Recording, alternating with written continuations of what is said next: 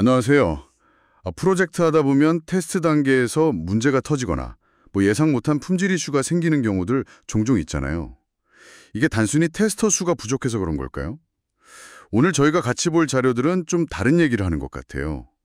그러니까 프로젝트 성공에 진짜 필요한 핵심 기술 조합이 빠져 있을 수 있다는 거죠.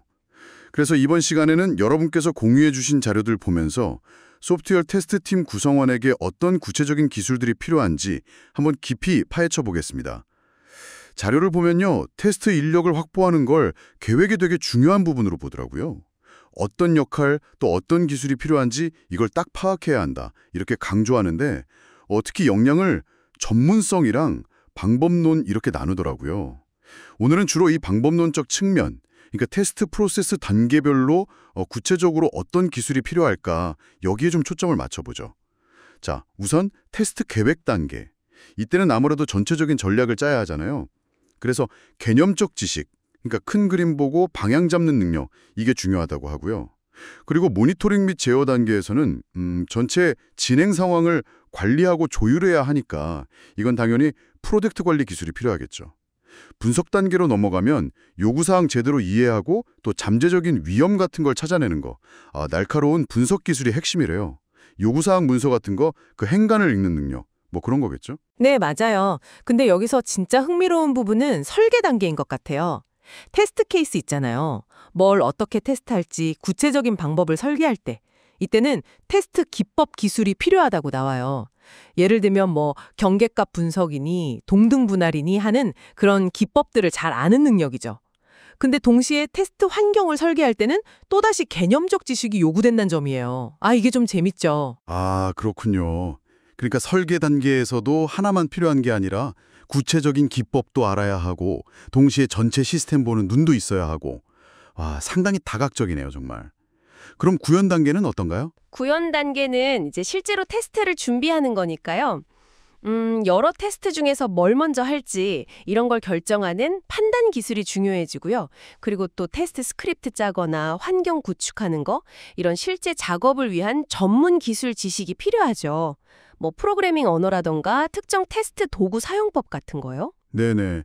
그럼 실행 단계에서도 그 전문 기술 지식이 계속 중요하겠네요. 자동화 테스트 돌리고. 그렇죠. 그리고 또 그 정해진 절차 없이 경험이나 직관으로 막 시스템 파헤쳐 보는 거 있잖아요. 탐색적 테스팅. 그거 할 때나 아니면 테스트 결과 평가할 때도 필요하고요. 맞아요. 근데 제가 자료 보면서 좀 놀랬던 부분이 있어요. 그 테스트 완료 단계 있잖아요. 거기서 그냥 결과 보고 땡이 아니라 소통 능력이랑 책임감, 이걸 핵심 역량으로 꼽더라고요. 이게 왜 이렇게 중요할까요? 아무래도 테스트 결과라는 게 그냥 버그 리포트가 아니잖아요. 이게 제품 출시를 할지 말지, 개선 방향은 뭔지 이걸 결정하는 되게 중요한 근거가 되니까요. 그래서 결과를 명확하고 또 설득력 있게 전달하는 거, 그리고 그 결과에 따른 결정에 대해서 책임감 있는 태도를 보이는 거, 이게 정말 중요하죠. 그러니까 기술적인 걸 찾아내는 것만큼이나 그 의미를 이해 관계자들한테 제대로 전달하는 능력이 필요한 셈이에요. 그렇군요. 확실히 그냥 기술만 좋다고 되는 게 아니래요. 테스트 프로세스 전반에 걸쳐서 진짜 다양한 역량이 필요하다는 건데, 근데 사실 자료에서는 이것만으로는 또 충분하지 않다, 이런 점이 명확히 나오더라고요. 바로 맥락의 중요성이죠. 맞습니다. 이 단계별 기술이라는 게 진공 상태에서 필요한 건 아니니까요. 자료에서 시스템이 속한 도메인 있잖아요.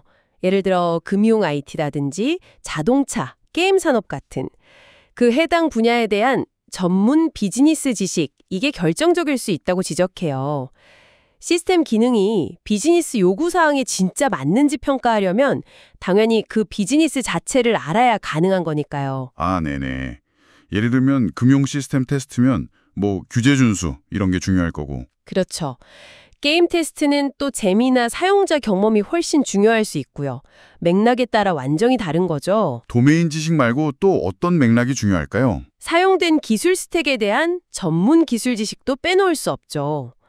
특정 프로그래밍 언어나 데이터베이스, API, 인터페이스, 보안 취약점 같은 거요.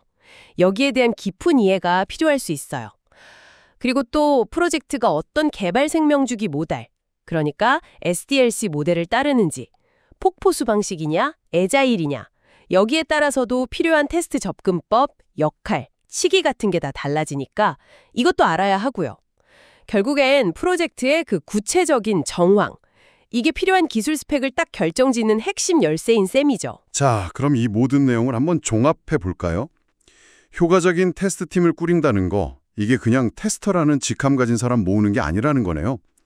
프로젝트만의 고유한 맥락, 그러니까 어떤 산업 도메인인지, 기술은 뭘 쓰는지, 개발 프로세스는 어떤지 이걸 먼저 면밀히 분석해야 하고요. 그리고 그 결과에 따라서 요구되는 다양한 기술 포트폴리오, 분석 관리, 특정 테스트 기법, 코딩 능력, 도메인 지식, 소통 능력 이런 걸 갖춘 맞춤형 전문가들을 찾아 조합해야 한다. 이런 의미군요. 네, 맞습니다. 이 분석을 마무리하면서 여러분께 한 가지 질문을 드려보고 싶어요. 오늘 저희가 이야기 나눈 것처럼 테스트 과정 전반에 걸쳐서 이렇게나 다양한 기술과 또 맥락에 대한 이해가 유기적으로 필요하다는 점을 이제 아셨잖아요.